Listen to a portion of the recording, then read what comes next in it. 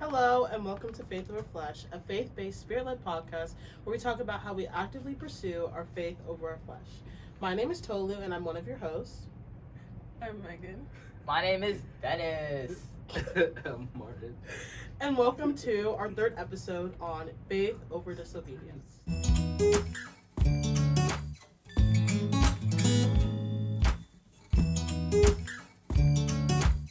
Anyways, to hop right into this episode, I wanted to start with a question of the episode, question of the week. And it's just, how was your week? Highs and lows. We all just got off of school, so we're now in our summer break. And I know a lot of other people did, or they just graduated. So congratulations to you if you graduated. And we are proud of you, because school can be rough. It can be hard. But by God's grace, we all made it through. So does anyone want to go first and share how your week was, highs and lows maybe?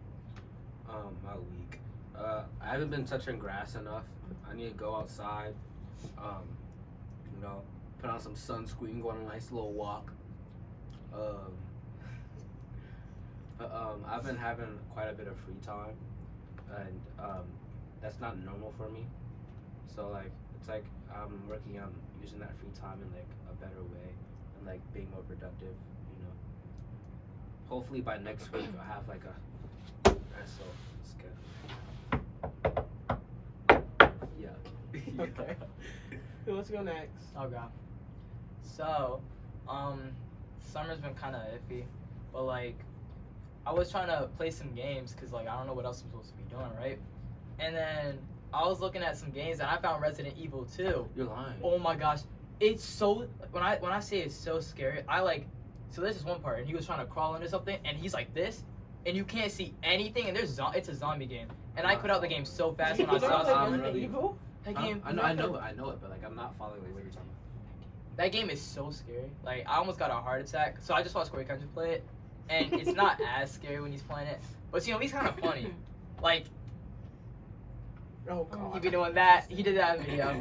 So yeah, that's my summer. Anybody want to go next? I can share about my week next. I decided to set some summer goals for myself, to make up my bed every morning, make sure I spend some time with God, and to go on a walk every day, and also study for the ACT.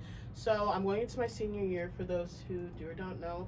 So it's been a lot of planning for that, filling out forms for my teachers to write recommendations, studying for the ACT, and writing my essay. And I'm so happy that I finally finished my first draft.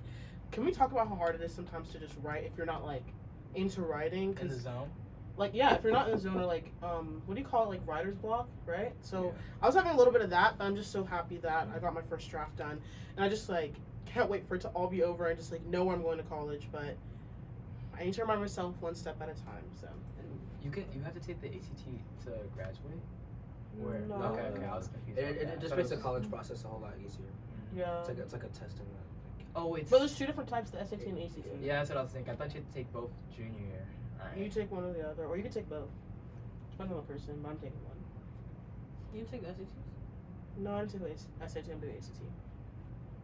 Well, my week, it was okay. I didn't really do much this week. I was just laying in bed.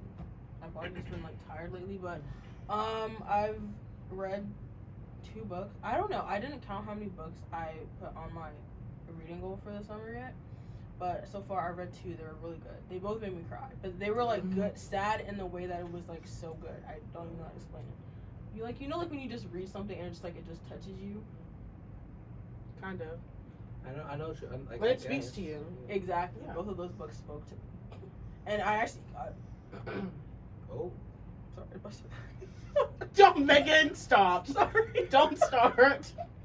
Do not start, please. What's up with everyone's behavior today? You got him dabbing and you crying, Sorry. Should I do a countdown dab? No. That was another. There was the 3rd act breakup, in the book I was reading. It made me so angry. I stayed up until 5 a.m. and I had to put the book down because I literally could not stop crying. And then I woke up my mom woke me up at 10, and then I continued to read. I was a sobbing mess at 11 in the morning, but it was such a good book. It was amazing. I love that for Amazing. you. I love that for me too. Okay, thank you for sharing about your week and that dab. want to get right into it with our discussion. So this episode is on disobedience, and we pulled 3 examples of obedience and disobedience from the Bible. So I just wanted to get started and talk about the story of Jonah, maybe your thoughts on it, or what spoke to you, and what we can look at as an example of disobedience through Jonah's story. I can go first. I'm going to quickly pull it up. If you guys have... I'm all the way back here.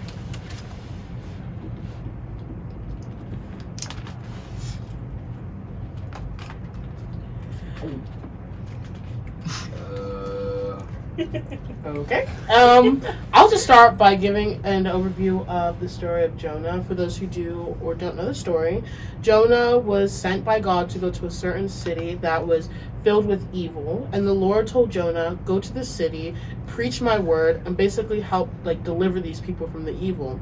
And Jonah decided he wanted to take things into his own hands, and he wanted to disobey God's instruction to him, and he chose to go the opposite direction into a different city. But what ended up happening was a storm came, and the people on the boat were asking, Jonah, what did you do for this to happen? They were even praying to their own gods, and through Jonah's disobedience, they were able to find their own blessings, because once he finally prayed to God and he was thrown into the sea, they saw that our God is powerful and that he can work miracles, but his disobedience came consequences. So Jonah was thrown into the water, and it says in the Bible that he was swallowed by a fish, and he was in the belly of the fish for a period of time until he was finally spit up after his prayers to God. And he was like, okay, I'll be obedient, and he ends up going to the city that he was first sent to. And in that city, he preached the word, and they graciously took the word, and they changed their ways. But Jonah, in the end, was saying, basically getting mad and saying, God, I knew this is why I didn't want to go in the first place. I knew you were going to deliver them. But anyways, at the end of the day, through his disobedience, people were still able to find a blessing. He was still able to go back there and preach the word, and they were delivered from their evil ways, and God was able to withhold the punishment he was going to give to those people. Another example of how a blessing was received was when they were praying to the people in the boat were praying to their own false gods. They were able to see that our God is powerful through prayers that God please stop the storm. So that's my perspective on the story of Jonah and my little overview of it. But do you guys have anything to say about the story? There was a part when we were reading it on the phone together. It was in Jonah 1 verse 17. It says, now the Lord had a rage for a great fish to swallow Jonah, and Jonah was to fed the fish for 3 days and 3 nights. And you said something when we were on the phone that I wrote down, because it was actually blew my mind thinking about it, because even it was low key, right there, but talking. Anyway, okay, so basically we're talking about how Jonah's story did not stop when he was swallowed by the fish, because God had mercy on Jonah, though he was disobedient. And it just shows to us how merciful God is, regardless of how faithful and obedient we are to him. Because Jonah could have died. God could have took Jonah's life if he really wanted to, but instead he still used Jonah to fulfill his will at the end of the day. I think that also shows how it really isn't about us, and it's more about God's will, if that makes sense. Yeah, I want to touch on what you just said. So kind of skipping forward to the story of obedience, we are going to talk about the story of Gideon. And in the end, the Israelites, after what happened, I don't want to give things away early in the episode, but in the end, the Israelites ended up after Gideon died, the Israelites ended up turning back to their old ways. And that reminds me of us now in this present day. At least I do sometimes, not that I hate on the Israelites, but I'm like, why are they like this? Why does God keep delivering them and they keep going back to their old ways and their old sins? And then when I was on the phone talking about the story, I just paused for a second. I was just thinking to myself, whoa, that reminds me of us sometimes. We go back to the same sins that were delivered from by God. We go back to the same people that God told us to stay away from, or the bad situation that we were in before. And we go back to the same toxic people when we know we were delivered from this.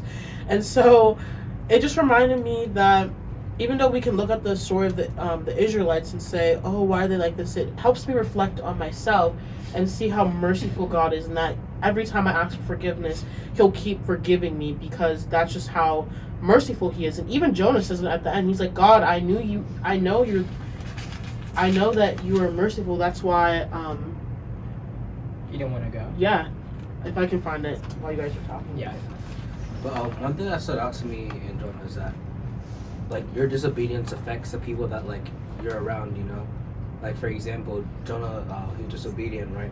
And, like, the people on the ship with him, right? Disobedience, it ended up affecting, like, those people and, like, you know, like, the storm and all that stuff, right? So, like, your disobedience, like, it doesn't necessarily only affect you, but it affects the people that are, like, surrounding you. Yes. I was gonna say something that when we were reading that was like weird to me, is the fact that he didn't want God to be merciful, which makes no sense because God was merciful to him, and like he literally let him out of the fish, which he didn't have to do, especially if he was already disobedient to begin with, and for him to complain about like God's mercy over the people, I forgot who it was, over them. I don't know. I just thought that was like really weird, honestly selfish too. Yes, it takes the story to a different way than being selfish. Exactly. And also, it kind of reminded me of the story of Hezekiah a little bit. We were talking about it in Sabbath school.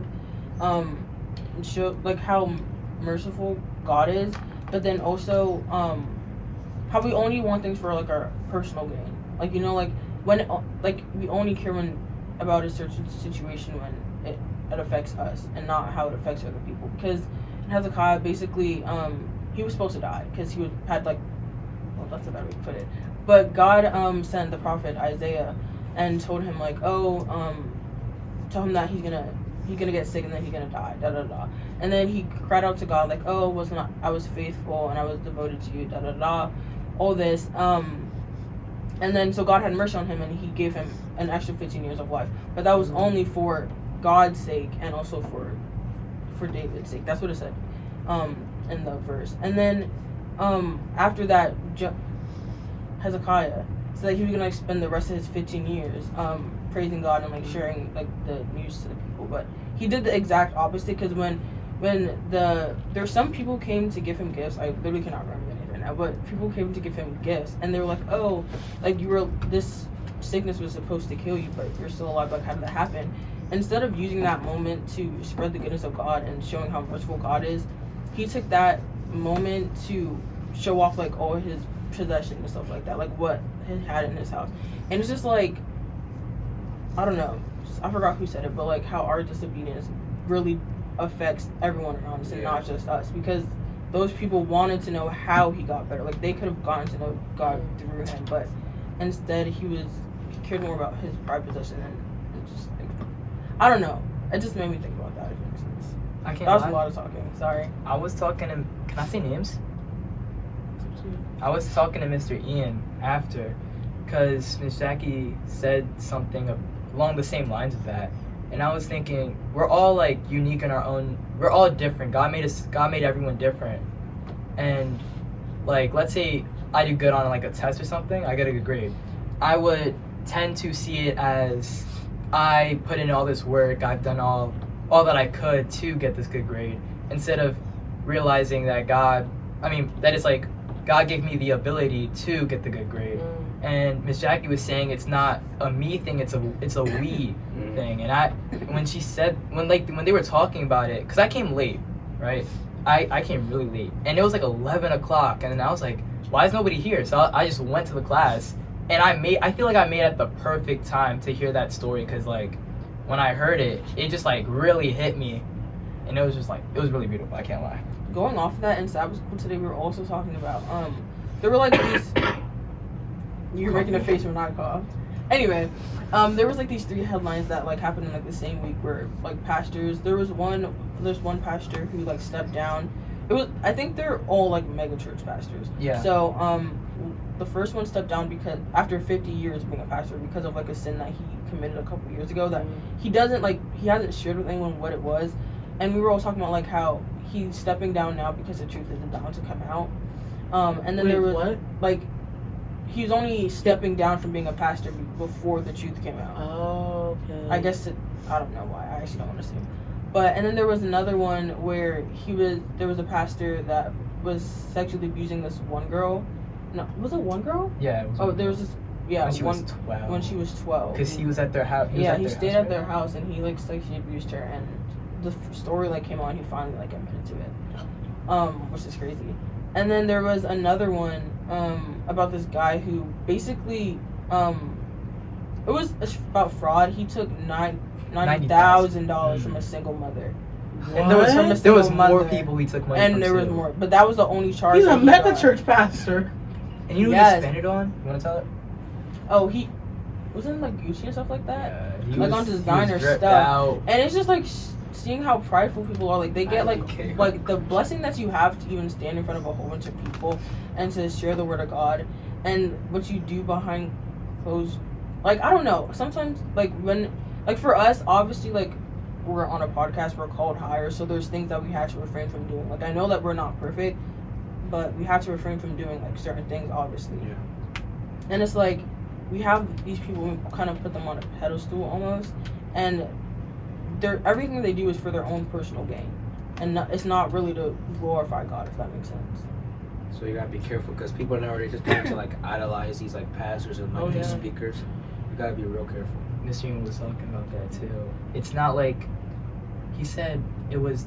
People put a lot of faith into the pastors, so when they start, like when they do something wrong, like how they were doing the wrong things, people think like, oh, that's what like Christianity is. Like people just don't care about what they do. The people who's in charge of like the church is like they're representing. They're being reckless. Exactly, and now that's why I got so upset in class too, because I was just like thinking like there's a whole bunch, so many people that are like lost, and like some people are trying to turn to God, and it's like you're representing God in an awful way, and that's why people are like that's why people stray away from Christianity, and also not even I don't even want to just say Christianity, but like as in from God, because of the way that they're representing God. And it's like that's why like community is so important, and it just like you can't make like I don't know, okay, so I have so many thoughts going in my head at once right now, but like you can't try to explain to someone like, you know, like come to God, like try to bring them closer to God without having a community around them. And the community that they're in, if they're like representing God in a bad way, it's just like I don't know, it kind of just in a way defeats the whole purpose. But obviously you have to find God for yourself, but it's just like community plays a huge role in your walk with God. Weren't they talking about like small groups and talking about, wasn't 12 is a really good group? That's why Jesus had 12 disciples. Yeah, they were talking about small groups, because small groups really like they just help you, they uplift you for real. Hold you accountable too. Yeah.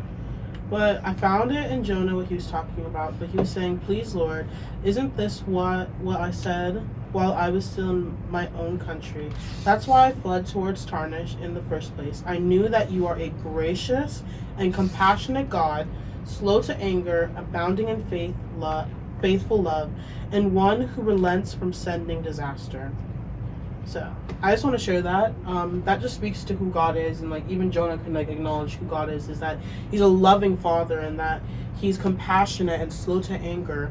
And also to add on to sorry, I feel like I'm talking a lot, but to add on to that, the next verse that came after, when he was like, "Just kill me now, Lord. I'd rather be dead than alive if what I predicted will not happen." And then when the Lord replied, and he was like, "Is it right for you to be angry about this?" And it just shows like how God really is slow to anger, because I feel like if someone to get down to his level, exactly, like if that were me, I would genuinely be up. Like I'd probably be like a little pissed, not going on, because like why? Never mind. I can't get the words out today. Let's also talk about the story of Noah as an example of obedience, because the Bible there is a lot of stories, unfortunately, on disobedience. So let that be our sign to be obedient to God, because every time it doesn't end up well unless God's loving grace comes and rescues those people. But an example of obedience in the Bible can be Noah. So does someone want to give an overview of the story for people that don't know it? I think of Noah, I think of Cloudy and the Chance of Meatballs. Oh, goodness. Why was I actually thinking that? Wait, No, what? because there's a thing. Cause like, okay, it really makes sense, right? So, in Noah, right? Like, it hasn't rained, like, on my fault. It hasn't rained on the earth before, right? And, like, Noah's over telling my son, oh, the earth's gonna flood, right? So, like, they're talking about some, oh Noah, like that don't make no sense, right? I sound so like Gen Z. Okay. So like and then so like God instructed Noah to build an ark, right? An ark so that like when the flood comes, that him and his family and like those who were willing to come would be safe, right? Mm-hmm. And like he spent how many was it? It was like it's like 100+ years, right? Like crazy long. Years. I probably can't find the building the ark, and then by the time that the rain came, right? Like mind you, while he was doing this, he was like telling everybody, like he was like prophesying and like saying about like this time, like it's gonna happen, but everyone kept like ridiculing him and just dismissing his thoughts and like everything that he was proclaiming. And yeah, when the rain came, right? You know, him and his family, they were obedient to God, and they were on the boat, and everyone else, well, yeah, they So how was it like the chance? Because it's like food and like rain, they're like, you know what I'm saying? Because like if you think about it, it's like imagine it never rained, right? Like water from the sky, that's like sounds crazy, right? Like I kind of get why those people are like making fun of Noah, because like wait, it never rained before that? It never rained. Mm-hmm. Oh. So that's why they're so doubtful. Yeah. Like it's not gonna rain. That's why they're like you said, we're ridiculing him, his family, but it did end up raining. And because of his obedience, him and his family were able to be saved from the flood. So, to you guys, what is the significance and how should we personally apply this to our lives? So? Well, I'll start with how we should apply the story of Noah to our own lives. But I was thinking, sometimes God might give us an instruction that's like, it seems like big, or speaks to us and it's like, he tells us to do something that's like, seems out of our reach or seems crazy. And so how I think personally for the story of Noah, like even though some things might sound crazy, and if you're especially sure that God is telling you, you have to put your faith in him, that he knows what he's saying and that he knows what he's doing, that the reason why he's giving you this instruction is because there's going to be something amazing that will come from it, and that someone, or think of the person that might receive a blessing, or think of the fact that disobedience could also lead to being selfish as well. But that's how I personally think we should apply the story of Noah to our lives. Oh wow. Excuse me. I'm getting a little. But going back to the point where like obedience and disobedience always affects people around you, right? Mm-hmm. So like the way that Noah was like, you know, telling everybody to hey, like if y'all don't do this, like y'all gonna die, right? Like the rain. And like just reminding that like, sorry, I really got. I'm so sorry. I really got respect. Megan, going. Okay, where was I? So yeah, like, just remember that like, you know, when you do something out to like this, like the ark had room for like everyone, you know. Mm-hmm. And it's like you know, God's like always waiting for you to like accept his call, you know. But it's like just remember to like keep evangelizing, and just like, you know, like just don't stop like nudging those people, like, you know, to like turn to Christ. I have two things. Yeah. One, think about it like, can we just think about how brave Noah was to probably tell all those people that it's gonna flood the earth? Like they were probably like, the people are probably like very riled up about that, because like, why are you making such a big claim, wasting your time and telling us to waste our time too, to come help build an ark and get on this boat with you for no reason?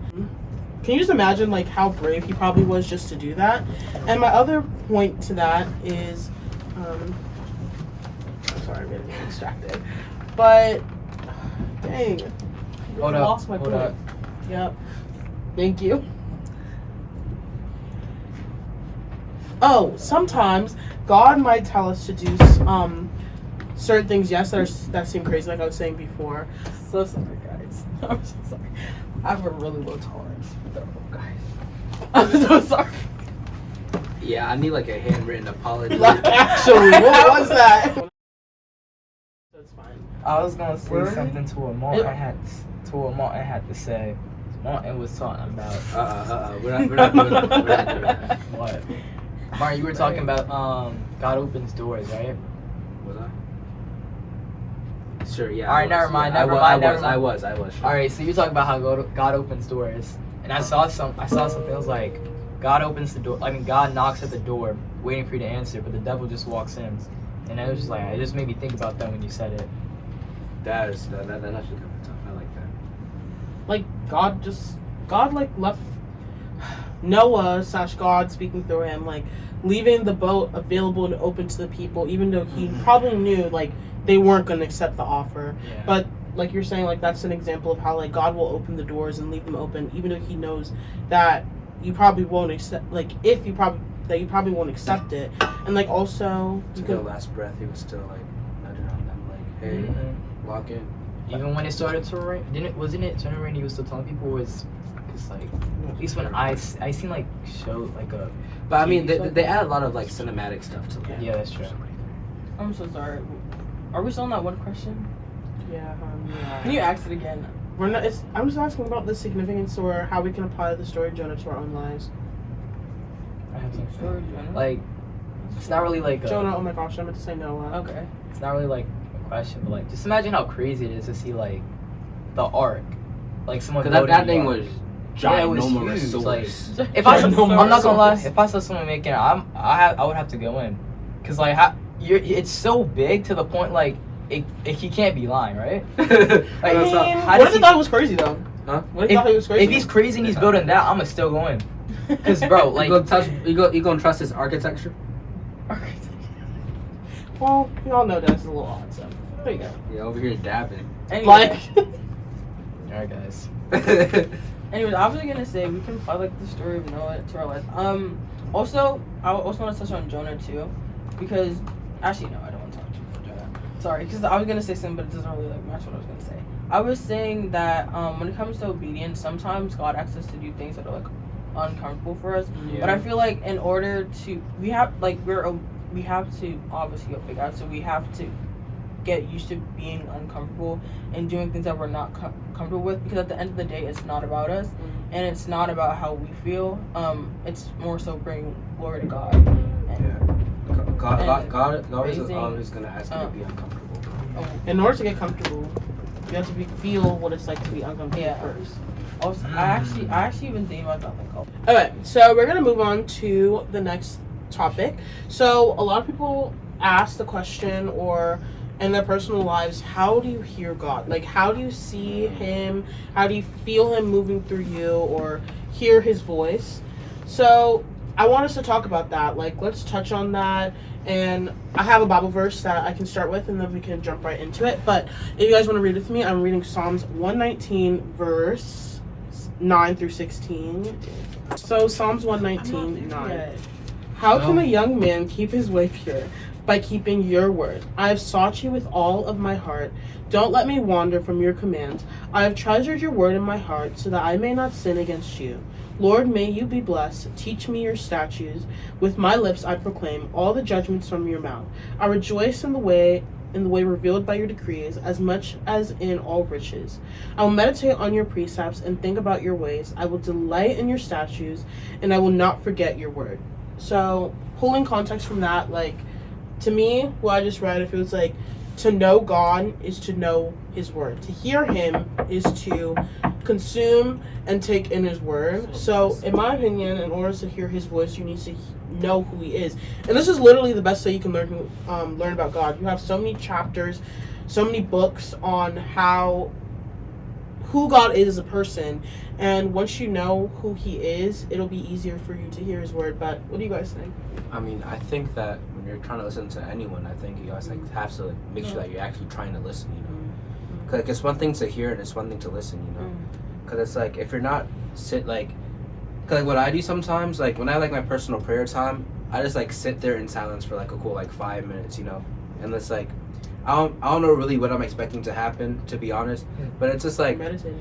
it's just to give God just to know that I'm not gonna miss anything, basically, you know what I'm saying? Like it's right in the zone. Yeah, because I don't want to miss out on the opportunity just because I'm too busy on my phone or I'm doing something, you know. I want to make sure that I'm actually present. I'm actually trying to hear and actually trying to pay attention and listen to what God's saying. Yeah, as you're saying, it's to know someone, you have to have a conversation with them, and you gotta talk back. You can't just talk in your mind. So you know.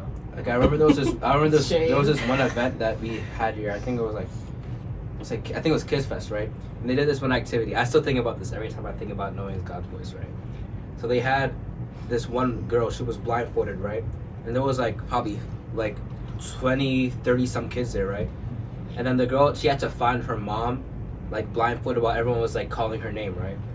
And like, you know, like she was able to like find her mom because like she recognized her mom's voice, you know, because like she spent time with her mom and she was like, you know, like just like being able to be around her mom a lot. I feel like it'll be the same thing with like you and God, right? You're able to pick out God's voice throughout all the distractions, whether it's, you know, things going on around you or, you know what I mean?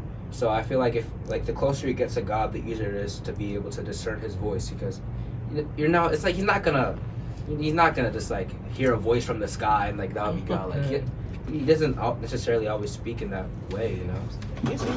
Yeah, like you know, it could be something like, you know, a pastor speaking. That could be like God talking to you, or like it could be as something as just the way that nature's responding. You know, it can be like the simple things, and you can always hear God's voice. Like, let's say you God can also speak to you through a friend. He can speak to you like even in your own thoughts. Yeah. But in order to hear God's voice, you reminded me that you have to clear your mind too. You can't let distractions fill your mind, and you have to be able to drown out the noise when you're coming to God and you're waiting for Him to speak to you. And also, you have to wait on God's timing. It can't be your own timing. Sometimes God might speak to you like this on the answer to a question, or it might take months, or unfortunately years.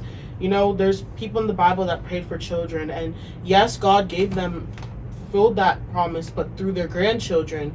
And was it Moses? I'm sorry, the amount of children he would have is going to be like the number of stars. I think you might be talking about Abraham. Yeah, Abraham. Yeah, it was Abraham. But yeah. How God promised that, but it was fulfilled through his grandchildren and the children that he had. And yes, the Israelites, there was many of the descendants of Israelites, right? Yes. I'm pretty think sure. so. Yeah, I'm pretty sure. Yeah. I'm not sure. But how it was fulfilled through other people. So it might take a day, maybe take a year, or it might take seconds like this. But you just have to wait on God's timing and be patient with Him too. Oh, that's one part. But I was gonna say two things. Doesn't the devil use Bible verses but kind of twist them? Yeah, To try to get you to. Just like you have to know your word. Yeah, that's what I was gonna word, say. You yeah. really have to build that friendship, that closeness with God, so you can't be swayed. Don't they also like? Okay, I'm about to get. This is crazy, but when people get possessed, like, let's say someone gets possessed, right? Okay. Don't they have to? Don't they like typically get like really like people like really like strong like just know God like really well, so then they don't. It isn't like. What are you asking? Because like I don't know who told me. I forgot who told me. I know someone in this church. I think it's Miss Jackie. I could be really wrong. I don't like, know anything on people getting possessed, but I would say Alright, never mind. the opposite kind of thing. Like in my I would think that someone trying to be taken over by a spirit, it would be someone who's actually weak in their word because they don't know. Yes, because they don't know how to battle properly. You know, because imagine if the devil like his spirits took over someone who's well in their word, they could fight that. They could fight that off easily because devil. That is a good mindset. That's a good mindset. You annoy me. You leave me alone. Real talk. My last thing that I think we should talk about is how do you push past judgment and remain obedient. So we all go to public school, and sometimes often people don't believe the same thing that we do. But how do you guys personally push past judgment from other people on how you choose to live your life and obey God, and instead of listening to the way that other people are walking in their lives and become disobedient to God? That was a lot, so I don't know if that makes sense. I understood it. Like, Like, you see the question. So how do you push past the judgment of other people to remain obedient? I think I just like seeing Cliff do it. Just like helps me out a Who's lot. Cliff? You don't know who Cliff is? Speaker that goes to like college campus. Oh, Yeah. okay. Cause I feel like he just responds so like well mannered and like really intellectually something really high intelligence. I get it. So I it's get just like I feel like he just like helps me out when I have to like going through, because some people argue with him, some people scream over him, and he can like remain. Don't tell a tree by its fruits. You can see his fruits when he stays calm while everyone yelling at him. Fruit is Yeah. spirit. But what helps me, so James 1:17, it says, "Every good and perfect gift is from above, coming down from the Father of the heavenly lights, who does not change his shifting shadow." So that everything works out like right for those who like trust and believe God, and like so it's like if God is telling me to do something, I shouldn't be worried about the outcome, because that like every good thing is you know what I'm saying. So it's like, what's really stopping us, because to be honest, I feel like, if disobedience comes from like the root of you being your own master, and thinking that you're in control of like everything that's happening around you, and you assuming what the outcome will be, when in reality you're not in control of any of that, and that's all God. Okay. I'll snap for that one. Are you gonna? You got. I was gonna say, for me personally, I think one thing that's important to remember, that we're called to be set apart. Yeah. And for me, I'll just say, like, personally, I'm still working on learning how to be set apart, and I think it's just like being in an environment, or just trying to learn how to be okay with just having myself and having God. And I think that it's really important to remember that we're called to be set apart, and we're also called higher. And especially for me, obviously, I feel like there's a calling over my life that, I'm supposed to be like using my voice and my words to glorify God, obviously. And I think that we just have to remember that it's not about us. I keep saying that throughout this video, but it really isn't about us. So whatever uncomfortable feeling that you're feeling, or like whatever, like the shyness, or just like the feeling that you're going to be judged, you have to remember that at the end of the day, God is not asking you to do this for no reason. Like, there's a purpose and a reason behind God asking you to do something that you're scared to do. And it's just important to remember that this is all for his glory, and at the end of the day, he's going to be coming back for us. And I can't imagine what it would be like to know that my disobedience is the reason why someone close to me wouldn't be going to heaven, if that makes sense. So that's kind of how I try to push myself to spread the word of God, and not just in like Christian environments, but also like out in secular. In like secular areas and stuff like that. So yeah. To like touch back on what you said, like, we're not supposed to be of this world, right? So like fear of like standing out or like being different is like what's stopping you from being disobedient. That really shouldn't be the case. For example, like Noah, right? People like were calling him like crazy and all that stuff. He's over here building a big old boat. You know what I'm saying? So it's like, if you're worried about you being like different, and like we're automatically different. Because we're Christians, we're set apart. We're not supposed to be of this world. So that shouldn't really be like a reason to like that shouldn't really be something that's stopping you from being obedient. Yeah, I was just gonna say that Megan basically said it for me, but to sum it up, basically be future focused. Focus on the future and how God is going to provide for you throughout the way. Be focused on the future and the fact that God has a plan at the end of what command he has told you to do. You need to focus on that rather than the present now and what other people have to say in your life now. So to end the episode, I just wanted us to give our last advice to our viewers on choosing your faith over disobedience. And what I want to say is, don't let your disobedience come in the way of other people and yourself receiving a blessing. For sure. I think that's a big takeaway, to be honest. Yeah. I guess my advice would be just learn to be uncomfortable. I was gonna say too much, but I don't want to. I feel like I talked a lot. I'm saying, like, just learn to be uncomfortable, because at the end of the day, our purpose here is to glorify God. So. We thank you guys for watching this episode, Faith Over Disobedience. If you like the episode, if you're listening to on like Spotify or anything like that, Apple Music, give us like a thumbs up or something, like the video, comment, subscribe. I think that would be for YouTube. Oh, same thing. But thank you guys for watching. Yes, and don't forget to follow us on our other social media accounts And if you like this video, leave a comment. Let us know what you took away from it. Or you can head to our Instagram and DM us there. We're always here as someone to listen to you or take in your advice or give Just be a advice to you friend. as well. Or just be a friend. And we all want to say Jesus loves you and God bless you. And thank you for Amen. listening to this episode. Bye. Boyka, boyka.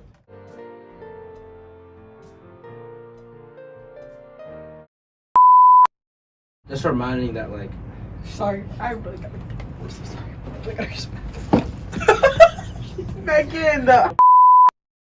Question: if it never rained before, how would they just make the name rain? Like, what made them think about rain? As like the I don't word know what for it? people make the Like, get the dictionary name? like. No, like no. Why did they just think of that? Maybe God gave name? it to them. Maybe.